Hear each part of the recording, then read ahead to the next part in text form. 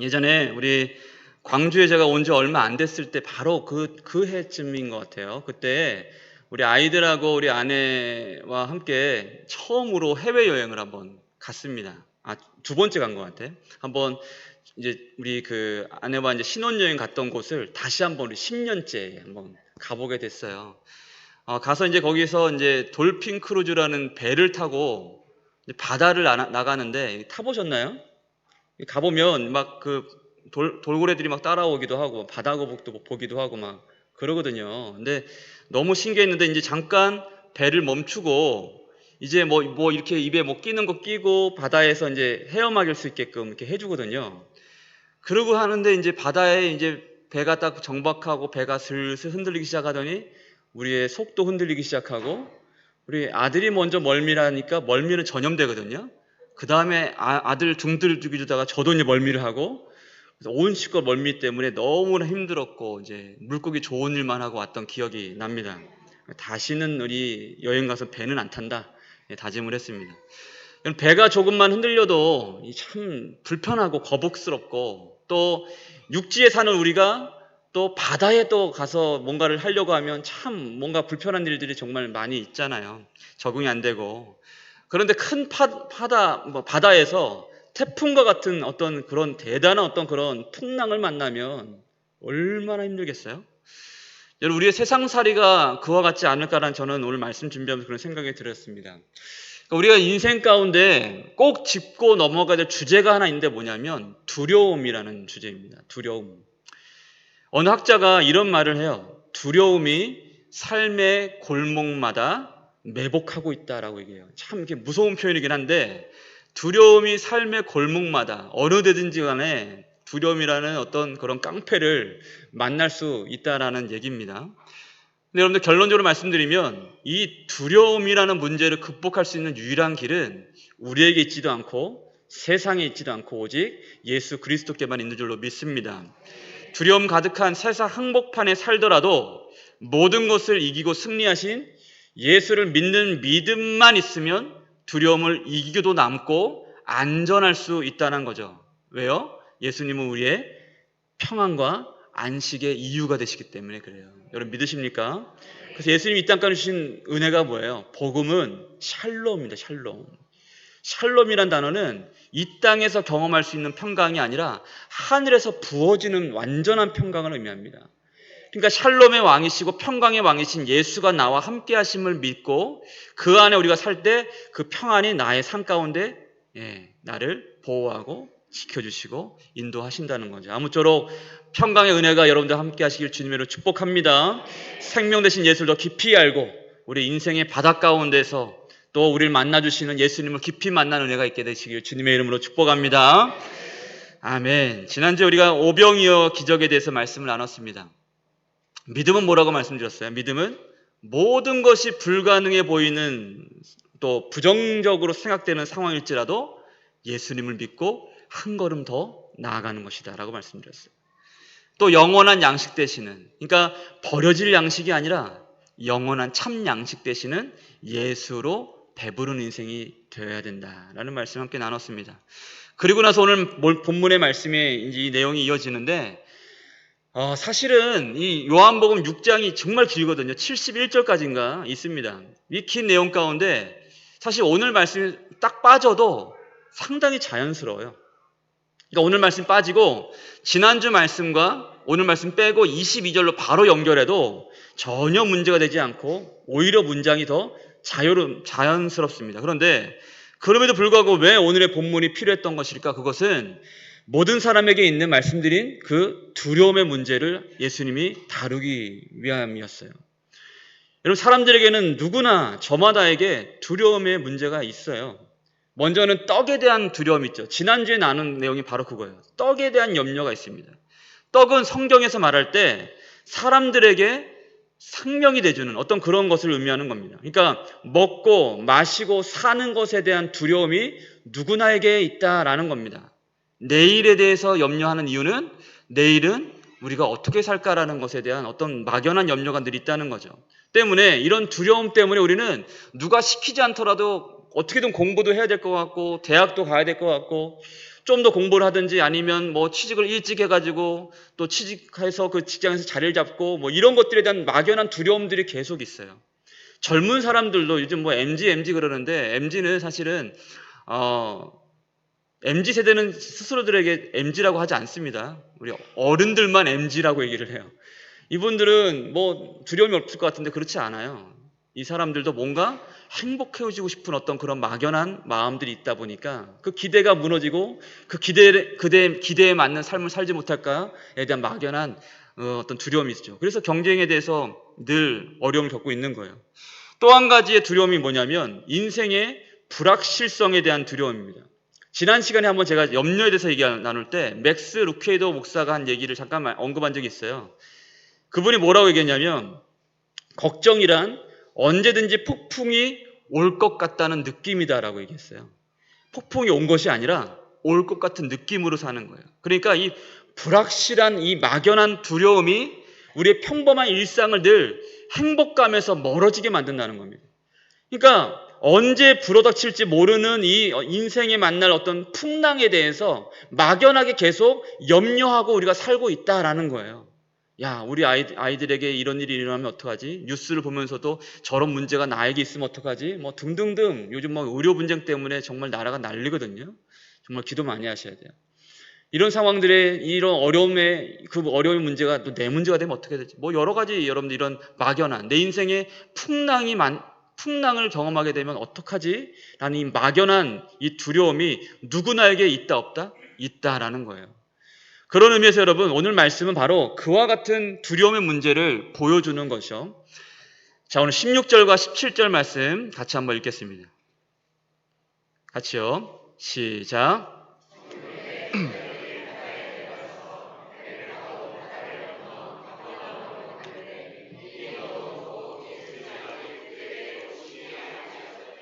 아멘. 저물매라는 말은 말 그대로 이제 해가 지고 어두워지기 시작했다라는 얘기입니다. 근데 문제는 당시 예수님이 제자들 곁에 계시지 않았어요. 그러니까 오병이의 기적을 통해서 이제 사람들이 배불렀잖아요. 그죠? 그런 다음에 그 다음에 이야기를 보면은 사람들이 예수님을 왕으로 억지로 삼고자 했다라고 얘기해요. 야, 이 사람만 있으면 우리가 먹고 사는 데 지장이 없겠구나. 왕으로 억지로 삼으려고 했어요. 그런데 예수님께서 그들을 피해서 그 자리를 피해 한적한 곳으로 가십니다. 그런 다음에 한참의 시간이 지나도 예수님 오시지 않자 이제 저녁 무렵에 이제 남겨진 제자들이 예수님을 기다리는 것을 이제 그만하고 예수님 나중에 오시겠지라고 생각했던지 가버나움이란 곳에 먼저 배를 타고 가기로 결정을 해요. 그런데 바로 그때에 하필이면 문제를 만납니다. 어떤 문제를 만나요? 18절 말씀 보면 큰 바람이 불어 파도가 일어나더라라고 말씀해요. 이 짧은 구절인데 이 짧은 한 문장이 그들을 아주 어둡고 힘든 시간으로 몰아넣어 버립니다. 큰 바람이 불어 파도가 일어나더라. 배를 타고 이 일이 얼마쯤 갔을까? 이 갑자기 몰아친 이 풍랑을 만나게 된 거예요. 여러분 갈릴리에는요 종종 이런 현상이 일어나곤 한답니다. 갑자기 돌풍이 불어가지고 막 파도가 막 일어나고 막 이런 일들이 있다고 해요. 마태복음에 의하면 예수님께서 그들을 이제 찾아가시잖아요. 나중에 내용 보면은 예수님이 풍랑 가운데 있었던 그들을 찾아가시는데 그 찾아가실 때 시간이 언젠가라고 했을 때 마태복음에서는 밤 사경이라고 얘기합니다. 그러니까 밤 사경이 언제냐면 새벽 3시에서 6시 정도예요. 그러니까 그들이 저녁 무렵, 그러니까 아무리 늦어도 8시쯤 배를 타고 출발했다고 가정한다면 대략 꼬박 7시간에서 10시간 동안 그 풍랑이는 그냥 막 그런 상황 가운데 사투를 벌이고 있었다는 겁니다. 그야말로 꽤 긴 시간을 두려움과 공포에 떨어야 했고 그들은 긴 시간이 이 사투로 인해서 아주 극심하게 지쳐 있었을 거예요. 사실 다른 복음서의 경우에는요. 이 본문, 같은 내용의 본문의 그 주제를 예수님의 이적에 맞춰서 설명하고 있습니다. 예수님께서 풍랑과 바다를 잠잠하게 하고 고요하게 하시더라. 어떤 그런 예수님의 어떤 그런 능력, 어떤 그런 주관자 되심, 이런 것들을 드러내는 말씀으로 초점을 맞추고 있는데 오늘 말씀에서는 제자들의 두려움에 초점을 맞추고 있어요. 여러분, 우리 인생에서 갑자기 일어나는 이 풍랑은 어떤 의미일까? 이런 풍랑이 어떤 것들이 있을까요? 건강이란 문제의 풍랑을 만날 수도 있고, 그죠? 갑자기 건강한 사람인데, 전 그런 분들 가끔 봤어요. 목사님, 저는요, 세상 저는 병원 가본 적이 없어요. 저는 이런 병을 얻으리라고는 상상도 못했어요. 막 그런 분을 만나기도 하고, 정말 건강한 분인데, 우연히 병원 가서, 그것도 이제 다른 그냥 일반 건강검진하다가 초음파 검진을 하는데, 갑자기 대장에 큰 암이 발견돼가지고 3기에서 4기로 넘어가는 아주 심각한 상태, 정말 건강한 분이었는데, 그걸 이제 떼내고 나서 이 인생이 바뀌었다, 이런 간증을 듣기도 하고, 그죠? 또는 여러분, 사업 실패의 풍랑을 만나기도 하죠. 말씀드린 대로 우리 IMF 때도 정말 많은 분들이 정말 큰 어려움을 겪었는데, 요즘 뭐 코로나 시대, 또 지금의 시대는 그때에 비할 수 없는 정말 힘든 시대거든요. 이런 시간을 보내면서 사업의 실패, 그리고 직장 생활은 내가 언제까지, 몇 살까지 할 수 있을까, 이런 것들에 대한 걱정, 염려, 이런 풍랑들, 또 관계의 문제, 갑자기 부딪힌 어떤 관계의 문제, 이걸 어떻게 해결될까, 또 자녀들이 겪는 어려움, 그런 풍랑, 여러 가지 상황들. 그럼 중요한 것은 뭐냐면, 그 어떤 모양과 모습의 풍랑이든지 간에 갑자기 만난 풍랑은 우리를 정말 두렵게 하고 지치게 만든다는 거예요. 그런데 여러분, 우리가 그런 시간을 만났을 때 꼭 기억해야 될 것이 있는데, 두 가지를 먼저 말씀드리려고요. 첫 번째 뭐냐면, 인생에서 만나는 풍랑은 결코 영원하지 않다는 겁니다. 이것을 기억하셔야 돼요. 여러분, 그 갈릴리에서 큰 바람은요, 갑자기 만난 사람들에게는 너무나 이 천재지변이지만, 갈릴리에서는 그냥 일상적으로 있을 수 있는 그런 자연 현상이었습니다. 그러니까 얼마든지 종종 있을 수 있는 일이라는 거죠. 여러분, 이 세상에서 우리 살면서 살아가는 이 삶은 우리는 진공 상태에 살지 않거든요. 무균실에 살지 않아요. 세상에는 얼마든지 어려움이 있을 수 있고, 또 때로는 아이들이 학교를 가다가 잠깐 넘어질 수 있고, 자전거를 타다가도 한번 넘어질 수 있고, 여러 가지 상황들을 만날 수 있다는 거예요. 그런데 그 큰 바람이 매일 불어닥칠까요? 그러면 그건 진짜 큰 문제가 되죠. 그러나 그러지 않습니다, 여러분. 동남아 여행을 가면 여러분들 그런 거 만나잖아요. 요즘은 한국에서도 막 그런 일이 있는데, 스콜 만나잖아요. 갑자기 막 비가 막 세차게 몰아치는데, 막 제가 태국이나 막 캄보디아 이런 데 가서 스콜 만나면 관광객 입장에서는 좀 무섭더라고요. 와, 정말 무섭게 비가 들이친다. 그런데 차창 밖으로 쭉 보는데 그 사람들, 거기 살고 있는 사람들은 일상적으로 아무렇지도 않은지 우비를 딱 꺼내서 입고 또 막 일을 또 해요. 막, 야, 저 사람들 어떻게 저렇게 아무렇지도 않게 일을 또 할까? 그냥 평범한 일상을 살아. 왜요? 그 사람들은 아는 거예요. 얼마만큼의 시간이 지나면 금방 또 이게 그칠 거라는 건 아는 거예요. 스콜이 딱 끝나고 나니까 아주 어마어마한 무지개가 쫙 이렇게 펼쳐지더라고요. 여러분, 때문에 여러분, 인생에서 만나는 큰 바람은 영원하지 않다는 것을 기억할 수 있어야 돼요. 때문에 우리는 그런 시간을 보낼 때 절대 절망하지 않아요. 끝이 있어요. 좌절하거나 낙심하고 포기하지 않으면 돼요. 포기하지 않으면 때가 이름에 거두리라고 예수님께서 말씀하시잖아요. 그리고 풍랑 뒤에 나타날 멋진 무지개를 기대할 수 있어야만 합니다. 이게 믿음의 사람들의 갖는 아주 소중한 마음입니다. 둘째로 여러분, 인생의 만나는 풍랑은 우리를 결코 망하게 할 수 없다는 것을 여러분들 기억할 수 있어야 돼요. 이 풍랑이 만나면 이 풍랑이 나를 완전히 그냥 송두치 다 그냥 집어삼킬 것 같은 그런 위협을 느끼게 되잖아요. 요즘 뭐 이렇게 기상 문제 때문에 뭐 터뷸런스라고 하는 이 난기류, 비행기를 타고 가다가 만나는 그런 거 있잖아요. 그런 것에 대한 어떤 그 기사들을 종종 보죠. 뭐 갑자기 푹 떨어져가지고 뭐 어떤 사람은 천정에 막 머리를 부딪혔다, 뭐 이런 얘기도 하고, 이런 얘기 들으면 비행기 타는 게 좀 겁이 나기도 합니다. 그러니까 그런 일을 처음 겪었던 어떤 승무원이 어떤 유튜브 영상에서 자기 이야기를 하는데, 이 사람도 이 승무원 생활하면서 심한 난기를 처음 겪었을 때 너무나 무서웠대요. 그러니까 막 주변에서 막 사람들이 막 기도를 하기 시작하고 막 이런 걸 보니까 자기가 너무 무섭더래요. 근데 그 승객들은 승무원 얼굴만 살피잖아요. 승무원이 얼굴이 평안해 보이면 아무렇지도 않구나라고 생각하고 하는데, 이 사람은 처음이니까 이 표정 관리가 안 되더라는 거예요. 그래서 이 무서운 걸, 이 경험을 어떻게 이걸 해결할까 하다가 막 승무원한테도 물어보고, 뭐 어떤 선배분들 또 기장한테도 물어보고 했는데, 한 기장이 이렇게 얘기를 해줬다고 해요. 비포장도로를 차가 이제 가는데 차가 막 흔들리잖아요. 그죠? 비포장도로 갈 때 차가 흔들리는 건 당연한데, 흔들리지만 이 차가 뒤집어지지는 않아. 난기류가 딱 그것과 똑같아. 근데 이 말을 듣자마자 이 승무원이 그때부터는 이 난기류가 무섭지 않은 것 정도가 아니라 난기류가 오면 오히려 즐기게 됐다는 거예요. 왜냐하면 뒤집어질 그런 뭐 비인간 난리 날 어떤 그런 상황도 아니기도 하고, 또 승무원들은 난기류가 생기면 자기 자리에 앉아야 된대요. 안전벨트 매고 앉아야 된대요. 그러면 그때는 서빙 안 해도 되고, 그때가 오히려 낮잠 자는 시간이라는 거예요. 잠깐 잠을 청하는 거예요. 이제 곧 끝날 때까지. 그만큼의 어떤 시간들로 즐긴다는 거예요. 여러분들 놀이기구 탈 때 만약 이 놀이기구가 뭐 큰 문제 생길 거라고 생각하면 여러분 타겠습니까? 근데 안전벨트가 있고 안전기가 잘 돼 있고 이것이 그냥 막 뚝뚝 떨어지고 막 해도 아무 일이 없다는 것을 우리가 알기 때문에 그 상황을 즐기는 거죠.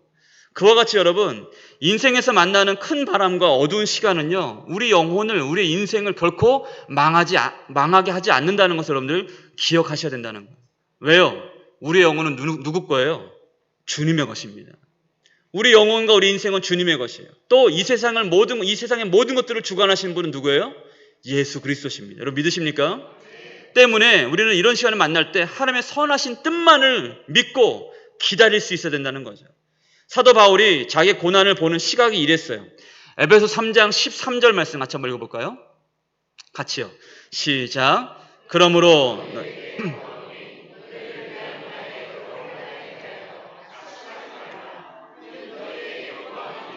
아멘.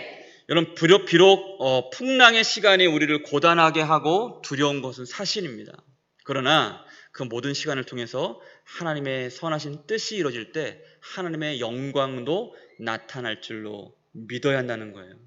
그 모든 시간이 하나님의 영광으로 이어질 날이 온다는 거죠. 때문에 우리는 인내함으로 승리할 수 있는 저와 여러분 되시길 바랍니다.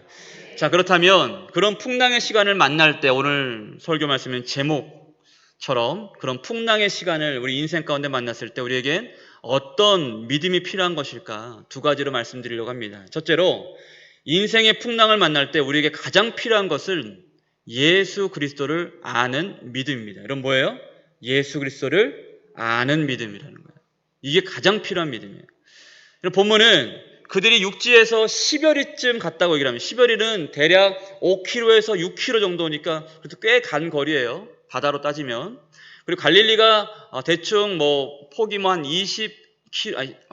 10km 정도, 그리고 길이가 한 25km 되니까 5km, 6km 갔으면 그럼 많이 간 편입니다. 그러니까 육지와는 한참 떨어진 곳에서 그들이 고통을 당하고 있었던 거예요. 그런데 그곳에 누가 나타나세요? 예수님이 나타나십니다. 예수님이 그들의 고난 당함을 보고 그들에게 다가가세요. 그들이 있는 곳을 정확하게 찾아갑니다. 이 자유주의 신학자들은 예수님이 그곳에 찾아간 것을 어떻게 얘기하냐면, 예수님이 무슨 바다 위를 걸어 해변에 있는 그 뭐 돌들을 미리 낮에 좀 봐놨다가 이 해변길을 따라서 그들이 갔을 거라고 하는데 말도 안 되는 소리죠. 이들은 분명히 성경에서는 10열이 갔다고 얘기를 합니다. 바다 한가운데 있었어요. 그곳에 예수님이 찾아가십니다. 그런데 예수님 오셨으면 이제 끝난 것 같잖아요. 근데 그들의 반응이 어땠어요? 우리 19절 말씀 볼까요? 19절입니다. 같이요. 시작. 제자들이 노를 저어 10여리쯤 가다가 예수께서 바다 위로 걸어 배에 가까이 오심을 보고 두려워하거늘 말씀합니다. 예수님이 오셨어요. 방금 전까지 오병이어의 역사를 이루신 그 예수님이 심지어는 바다의 그 풍랑을 밟고 그곳까지 오셨어요. 그런데 예수님을 보자마자 이들이 오히려 더 혼비백산해버립니다. 두려워하거늘 이라고 얘기해요. 사실은 당연한 반응일 수 있어요. 다른 복음서에서는 예수님이 유령인지 알았다라고 얘기합니다. 그들의 마음에는 평안이 없었어요. 평안이 없었어요. 그래서 사랑하는 예수님이 곁에 오셨어도 그들의 마음은 여전히 두려움뿐이었다는 거죠. 여러분 왜 그랬을까요? 예수님이 곁에 계셨는데 왜 두려움에서 벗어나지 못하고 평안을 찾지 못했을까요? 이유는 다른 게 아니에요. 그들이 예수님을 제대로 알아보지 못했기 때문이었어요. 여러분 이후의 내용, 예수님이 십자가에 달리시고 부활하신 내용을 이후에 이제 소개하고 있는데, 그때의 내용을 요한복음에서 보면은 그때에도 부활하신 예수님이 두려워 떨고 있는 도망친 제자들을 찾아가시죠. 그죠? 찾아가셨을 때 그들의 반응이 어땠어요? 똑같았어요. 두려워했다라고 합니다. 두려워했다. 두려움에 휩싸였습니다.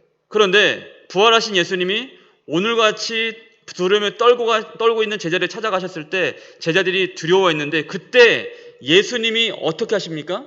자신의 손에 발에 있는 못자국을 봐라 라고 말씀합니다.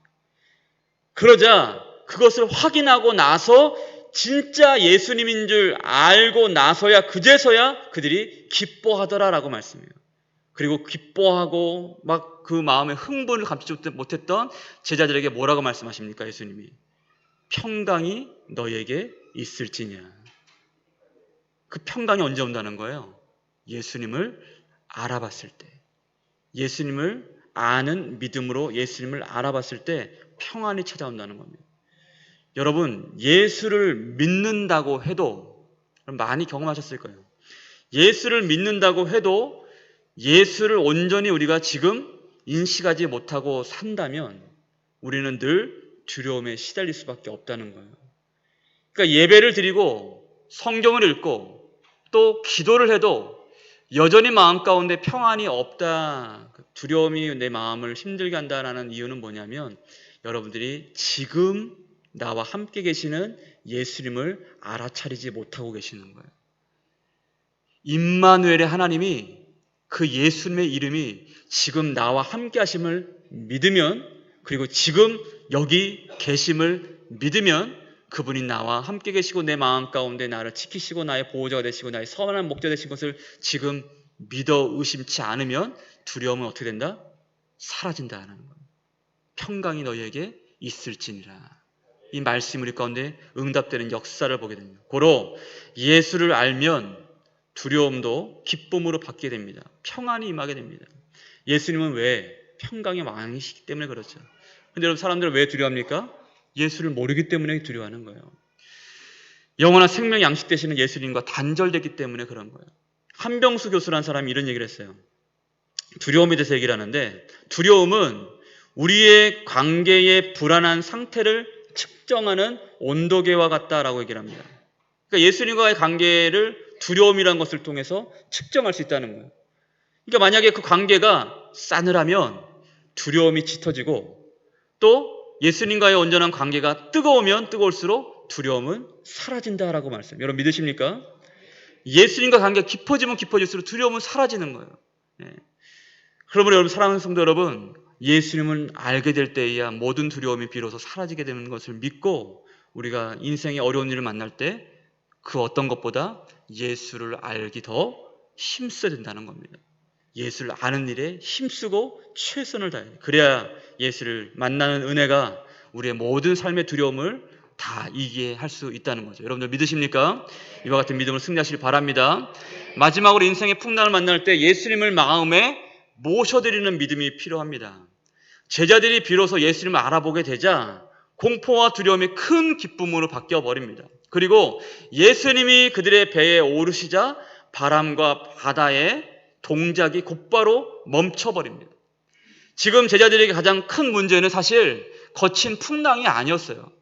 제자들에게 가장 큰 문제는 뭐였냐면 당장 죽일 듯한 이 문제와 걱정과 두려움의 문제가 아니라 그들에게 가장 큰 문제는 그들이 예수님 없이 배를 타고 목적한 곳으로 가려 했다는 거예요. 이게 큰 문제였습니다. 아까 말씀드렸던 그 한병수 교수가 또 이런 말을 해요. 인생의 위기는 우리에게 예수를 마음의 보좌의 믿음으로 모시라고 지시하는 신호등과 같다라고 얘기합니다. 다시요. 인생의 위기는 뭐다? 인생의 위기는 우리에게 예수 그리스도를 마음의 보좌의 믿음으로 모시라고 가르쳐주는 신호등과 같다라는 겁니다. 그러니까 인생의 위기를 만나고 답답한 일을 만났을 때 그 답답한 일이 어떤 뜻이라는 거예요? 지금 네 마음에 필요한 것은 예수님뿐이야 라고 얘기하는 거예요. 네 마음에 예수님을 모셔드려야 돼 라고 말씀하고 있는 거예요. 그게 가장 중요한 겁니다. 그건 무슨 말이에요? 예수 그리스도를 마음에 영접하라는 겁니다. 예수를 영접하는 믿음이 우리를 지켜줄 수 있기 때문에 그래요. 여러분, 왜 우리 인생에 큰 바람이 필요합니까? 아까 우리 장로님 기도하셨던 것처럼 예수님 없이 결코 우리 인생의 항해를 우리는 제대로 할 수 없음을 알게 하기 위해서 이런 인생의 풍랑이 때로는 필요하기도 합니다. 그와 같은 모든 시간은 우리의 마음에 보좌에 누가 있는지를 확인하게 해줘요. 내가 있으면 우린 늘 지치고 힘들 수밖에 없어요. 그러나 주님이 계시면 우리는 안전할 수 있습니다. 누구든지 주 안에 있으면 안전해요. 여러분, 한병수 교수의 말처럼 지치고 힘들고 두렵고 수치스럽고 고통하는 그 모든 시간은요, 결국 예수님을 지금 마음에 모시라고 우리에게 보여주는 신호등이라는 겁니다. 여러분, 아무리 큰 풍랑을 만날지라도 예수가 우리와 함께 계시면 그 모든 문제는 잔잔해집니다. 정말 잔잔해집니다. 모든 문제를 이기고도 남을 능력이 임하기 시작합니다. 평강이 나를 지배하기 시작합니다. 그러면 뭐든지 이겨낼 수가 있는 거예요. 여러분, 그가 누구든지 간에, 그가 어떤 상황이 있든지 간에 예수님이 우리 인생의 배에 오르시도록 해야 합니다. 우리 인생의 배에 예수님이 계시면 풍랑이 잦아들고 평화와 안식과 기쁨이 찾아오게 되는 거예요. 왜요? 예수님은 만물을 주관하시는 창조주가 되시기 때문에 그런 거죠. 그 어떤 문제도 예수님보다 클 수가 없어요. 그 어떤 어려움도 예수님의 능력보다 강할 수가 없습니다. 예수님은 크신 분이시고 만물을 지금도 통치하시는 창조주가 되십니다. 어떻게 될까요? 예수님을 마음에 영접하시길 바랍니다. 예수님이 내가 탄 배의 선장이 되시도록 해야만 합니다. 그 키를 예수님께 내어드려야 돼요. 지금 겪는 가정의 문제, 직장의 문제, 건강의 문제, 경제의 문제, 예수님께 키를 내어드려야 돼요. 그리고 오늘 하루 시작하면서도 예수님 나의 삶을 인도하시고 주관해 주옵소서. 날마다 고백할 수 있어야 돼요. 어제 저에게 건면을 주셨던 어느 목사님이 그런 얘기를 하시더라고요.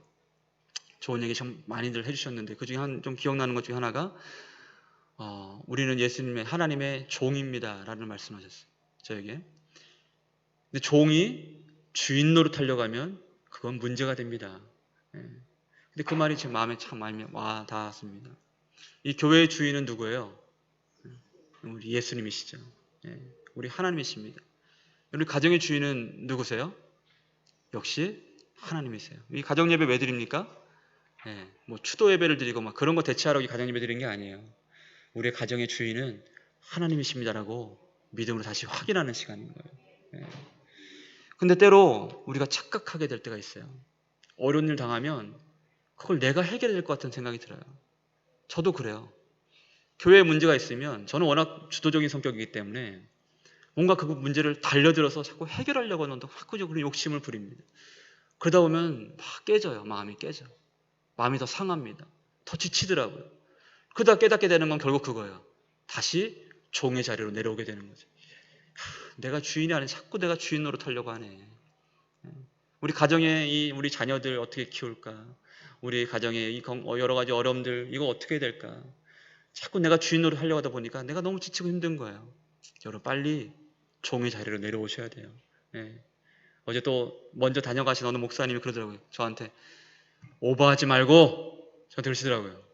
제 성향을 너무 잘 아셔가지고 너무 막 애쓰다가 힘들까봐 지칠까봐 낙심할까봐 좌절할까봐 또 건강이 어려워질까봐 오버하지 말고 하나님 믿고 하라는 말씀을 전 들었습니다. 여러분 예수님은 모든 풍랑을 잔잔케 하신 분인 줄로 믿습니다. 마가복음 4장 39절 같이 볼까요? 같이 읽겠습니다. 같이요. 시작. 예수께서 깨어 바람을 꾸짖으시며 바다더러 이르시되 잠잠하라 고요하라 하시니 바람이 그치고 아주 잔잔하여지더라. 아멘. 예수님 여러분들 인생의 문제 그리고 인생의 풍랑 가운데 명령하십니다. 잠잠하라 고요하라. 그랬더니 바람이 그치고 아주 잔잔해지더라. 할렐루야. 이와 같은 은혜가 예수를 영접하는 믿음의 사람 가운데 있게 될 줄로 믿습니다. 그러자 드디어 바람이 멈추고 오늘 말씀 21절 같이 봅시다. 이런 은혜를 경험하게 됩니다. 같이요. 마지막으로 시작. 이에 기뻐서 배로 영접하니 배는 곧 그들이 가려던 땅에 이르렀더라. 아멘. 여러분 인생의 항해 그곳이 어딘지 간에 주님께서 여러분들과 함께 하실 때 여러분들이 가려던 땅에 이르게 하실 것입니다. 주님을 영접하시고 예수님을 아는 일에 더욱 힘쓰시고 인생의 풍랑은 결코 우리를 망하게 할 수 없다는 것 그리고 영원하지 않다는 것을 기억하시고 날마다 하나님께 의지하고 주님 앞에 우리의 모든 삶을 내어놓고 나와 함께 하시는 주님과 함께 넉넉히 이겨내는 저와 여러분 되시길 주님의 이름으로 축복합니다.